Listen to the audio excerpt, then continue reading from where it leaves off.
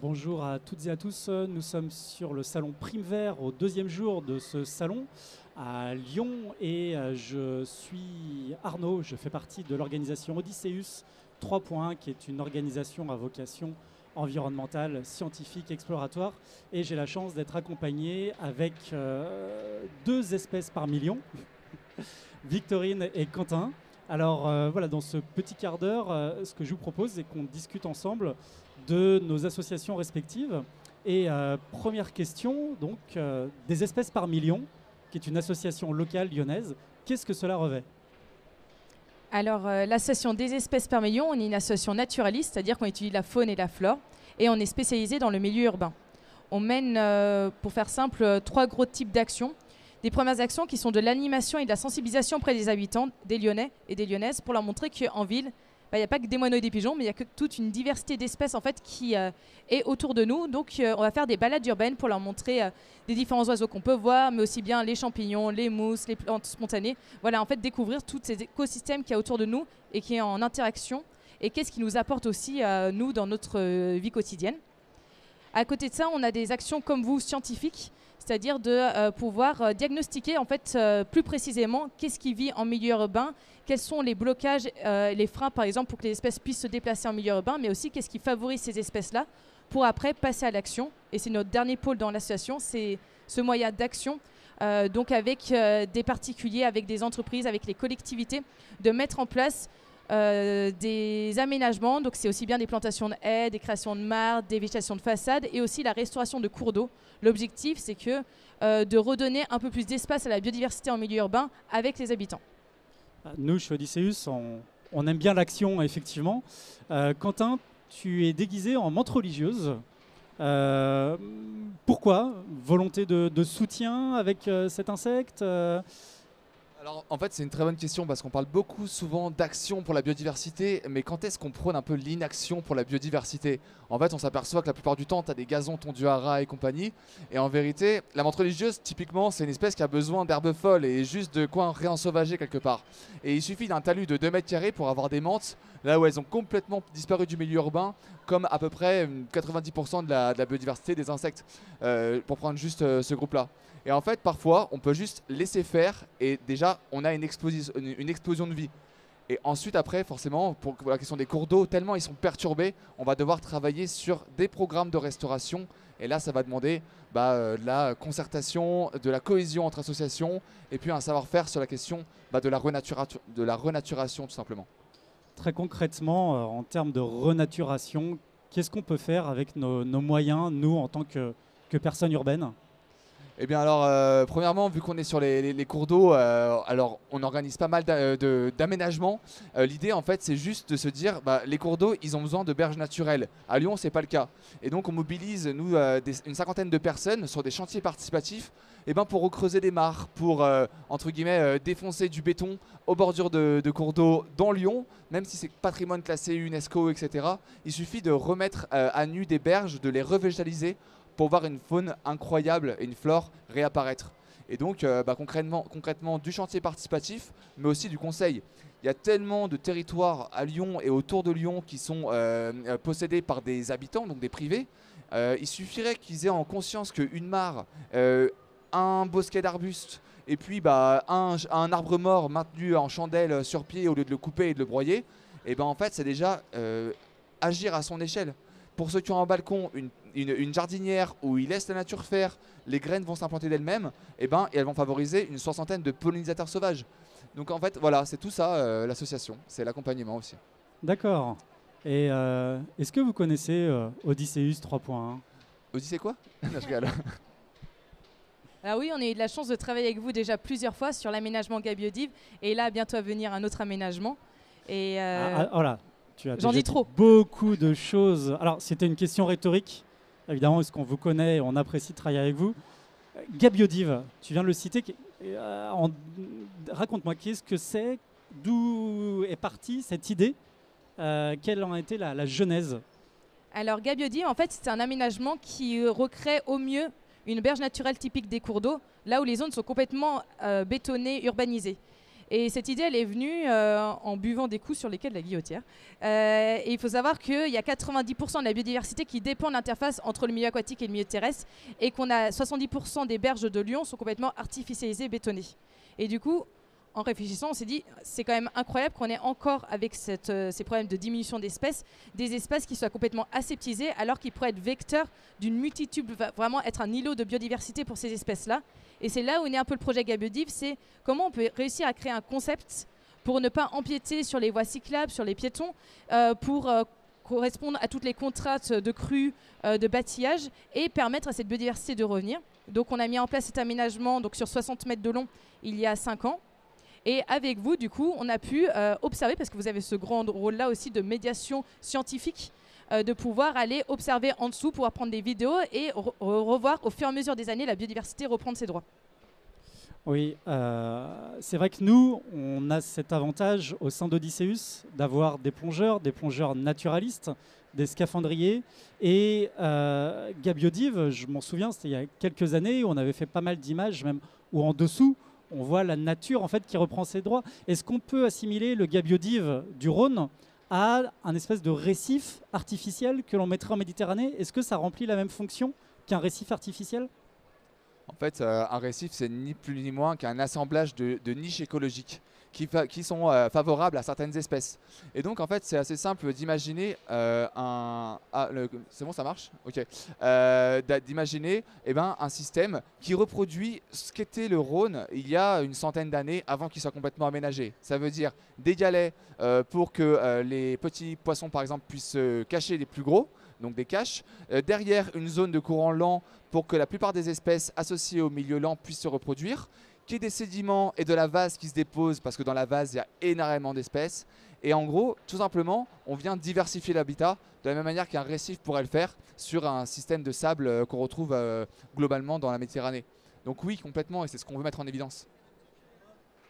Ouais, dis-moi, tu veux un petit mot? Est-ce que vous pensez que des Jeux Olympiques en 2030 dans les Alpes, ça va aider la biodiversité? Bah, j'ai pas encore croisé de chamois qui faisait du ski, mais cela dit, je pense qu'il y a un vrai rôle à jouer à notre échelle. Bah, en fait, c'est de se rendre compte qu'on est dans un système où on aurait pu tellement faire mieux et faire les bons choix. Et là, bah, en fait, il y a une émulsion qui se crée sur des projets un peu pourris. Et justement, on est en train de discuter de comment on pourrait bien faire bien les choses. Et bon courage à toi. Ouais, je rebondis rapidement sur l'intervention de notre ami où Odysseus, l'année dernière, est allé plonger à la source du Rhône, au col de la Furca, donc on est à plus de 2000 mètres d'altitude. Et il est vrai qu'au niveau du glacier, eh bien, on trouve du plastique. On trouve du plastique en grande quantité. On trouve des déchets, alors qu'on est dans un endroit qui est quand même quasiment inhabité et quand même inhospitalier. Donc il y a aussi une problématique, et la problématique des Jeux Olympiques en 2030 dans les Alpes forcément se pose, parce que là où on voit les effets du réchauffement climatique, installer des infrastructures qui ont vocation à être soit pérennes, soit temporaires, à des endroits qui souffrent déjà énormément, est-ce vraiment pertinent? C'est clair que la question peut se poser. Donc au sein de notre organisation, on plonge dans les lacs en altitude, on plonge également au niveau du lac Léman. Je fais juste un petit aparté parce qu'on sort un peu du Rhône, même si on continue de longer le Rhône, puisqu'on a été au lac Léman, on a plongé dans les profondeurs du lac Léman et nous en avons tiré une bande dessinée, la bande dessinée Les munitions du Léman, avec un super dessinateur qui s'appelle Nicolas Otero, qui nous a dessiné et résumé plusieurs opérations visant notamment à montrer au monde entier et notamment à la Confédération helvétique que oui, il y a des munitions qui ont été immergées dans le lac et oui, elles sont bien visibles, elles ne sont pas enfouies sous le sable comme cela on aurait pu le penser, et surtout elles sont à proximité d'un point de captage d'eau. Donc la thématique des munitions immergées est quelque chose aussi d'important pour nous chez Odysseus. Un pied à Lyon, un pied en Suisse, un pied en Méditerranée. On est vraiment, nous, dans un aspect plus global en termes de protection de la biodiversité. Et si je reviens sur ce Gabiodiv, est-ce qu'on peut dire qu'il a eu du succès? Il est toujours en place? Est-ce qu'il a été malmené? Parce que sur les quais de la Guillotière, bon, il y a du passage. 5 ans après, un bilan, une perspective? Alors, les conclusions sont plutôt pour l'instant très positives. Alors après, d'un point de vue de la biodiversité, c'est pas non plus un aménagement qui va résoudre tous nos problèmes. Et voilà, ça fonctionne bien. La plus grosse action qui est à mener actuellement, c'est de préserver vraiment les milieux de zones humides qu'il y a déjà présents sur le Rhône. Après, ça, c'est vraiment un aménagement qu'on met, ce qu'on appelle en pas japonais, c'est-à-dire à une certaine distance les uns des autres pour permettre aux espèces de se déplacer. Mais il n'aura jamais la fonction vraiment réelle d'un milieu naturel. Mais n'empêche que sur 60 mètres, on a pu voir en 5 ans qu'il y a des centaines d'espèces animales et végétales qui ont pu reconquérir alors qu'on est en plein centre urbain et que de part et d'autre, sur des centaines de kilomètres, il n'y a rien. Donc ça montre bien que la nature a horreur du vide et que même dans des endroits où on ne soupçonnerait pas que cette biodiversité-là puisse y habiter, elle vient. Et du coup, ça a été vraiment... Nous, on a été très étonnés, même le castor, par exemple, qui est un peu l'espèce emblématique de Gabiodiv, qu'on a pu le voir en piège photo 2 mois après. Nous, on pensait l'avoir au bout d'1 an. Mais en fait, directement, bam, il est venu dessus. On a de la bergernonnette des ruisseaux, les hérons cendrés. Enfin, il y a toute une multitude de cortèges. Et ce qui est intéressant, c'est que c'est que des espèces liées à ce milieu-là. Et d'un point de vue humain, il y a une véritable acceptation des habitants de ce projet-là. Il est très peu dégradé. Les habitants sont contents d'avoir cet îlot de fraîcheur. Ils connaissent le projet, donc c'est rigolo. Nous, quand on passe, on voit que les habitants entre eux discutent du projet. Ils l'ont vu évoluer. Et aussi, ce qui est intéressant, c'est que c'est un projet qui résiste aux crues, au bâtillage, à énormément de force du courant du Rhône. Et pour l'instant, ça fait 4 ans qu'il n'a pas été déchaussé par une crue. Donc, on est content. Et comment Odysseus peut vous accompagner sur d'autres projets Gabiodiv? Quelle est la synergie qu'on peut mettre en place ensemble? En fait, Gabiodiv, c'est pas un projet clé en main. Ça s'adapte en fonction de la configuration de n'importe quel quai. Vous savez, il y a des perrets maçonnés qui descendent, il y a des quais de 4 mètres de profondeur, et puis il y a des quais qui sont superficiels. Et en fait, partout, c'est possible. Sauf que, évidemment, il nous faut des plongeurs pour aller repérer les fonds, mettre en place des aménagements qui sont stables. Et donc, ça se fait en fait avec, on va dire, une équipe de terre, une équipe d'eau. Et c'est là en fait où on peut trouver des super synergies. D'autant plus qu'après nous on suit d'année en année les aménagements avec des protocoles scientifiques. Et nous on peut pas aller avec un petit tuba et des palmes faire des inventaires des sédiments pour aller voir quels arthropodes, donc quels insectes et crustacés et mollusques ont repris le dessus sur l'aménagement. Et là encore il y a une synergie à trouver sur la pérennité et la vulgarisation scientifique aussi de ces procédés, quoi. Voilà, et Odysseus étant doté d'un comité scientifique, nul doute qu'il sera fer de lance sur le prochain Gabiodiv. On a hâte de le suivre. Quelques mots pour terminer. Comment est-ce qu'on peut vous joindre, vous retrouver? Est-ce que chaque citoyen lambda peut adhérer à des espèces par million? Il y a des moyens d'action que vous avez, vous? Oui, bien sûr. Alors, pour nous suivre, le plus simple, c'est de s'inscrire sur la newsletter.